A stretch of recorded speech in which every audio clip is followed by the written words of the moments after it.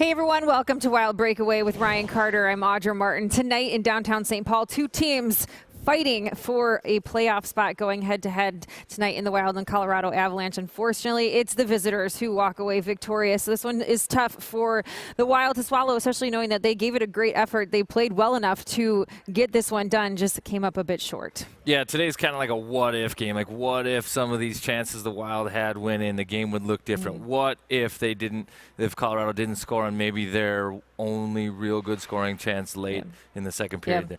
What if, right? But the Wild did all the right things. Dubnyk had a good game. Their power play scored. The penalty kill shut the dangerous Avalanche power play out. They just couldn't get the puck luck. They had opportunities. They didn't go in, and that's the frustrating part. But they got to stick with it. Yeah, here's a look at tonight's final stats. As the Wild and the Avalanche split the season series 2 games apiece.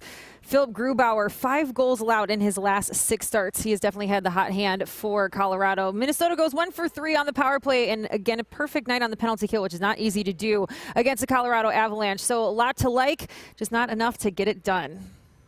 I would have thought we would have had a really good chance to win the game, and actually we had a really good chance to win the game. It's just one of those things, and this year we haven't been able to score when we've needed to score, and we've had great looks and great opportunities to score. So now it's time to head out east for a set of back-to-back games starting Friday against Alex Ovechkin and the Washington Capitals, followed up Saturday with a meeting with the Carolina Hurricanes. Again, 2 teams in the playoff position because every opponent, the final 8 games of the Minnesota Wild right now are a playoff team. So it's going to be a tough final stretch for this team starting against Washington. We all know how dangerous and how tough a team that group is. And Minnesota, unfortunately, has lost the last 8 straight to Alex and the Caps.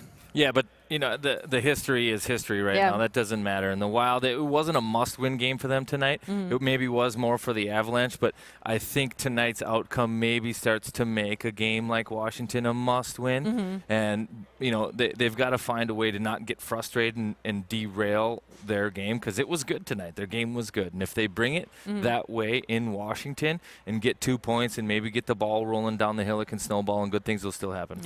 All right, we still have 8 games left to go for the Wild to punch their ticket for a 7th straight trip to the postseason. Time's running out. We'll see if they can get things headed back in the right direction as they take on Alex Ovechkin in the Capitals. We look forward to seeing you then.